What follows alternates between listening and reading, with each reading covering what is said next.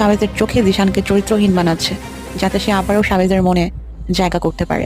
আসলে সাজমার মতো মানুষরা কিছুতেই বদলায় না। নিজের দোষেই ওর আগের সংসারটা ভেঙেছে, আর এখন দ্বিতীয় সংসারটাও ভাঙতে বসেছে।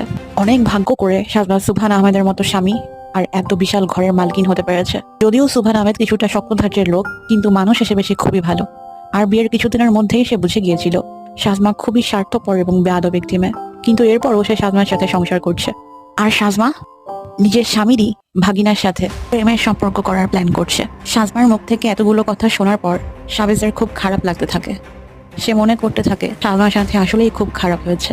এরপর সাবেজ বলে, তোমার সাথে এত কিছু খারাপ হয়েছে যে আমি একদমই জানতাম না। আর এতদিন তো আমি তোমার উপর অনেক রেগেছিলাম, এটা ভেবে যে তুমি আমাকে ধোঁকা দিয়েছো। তোমার জন্য আমার মনে যে ভালোবাসা এতদিন দাফন করে দিয়েছিলাম, সেই ভালোবাসা আজ আবার মাথাচাড়া দিয়ে উঠছে।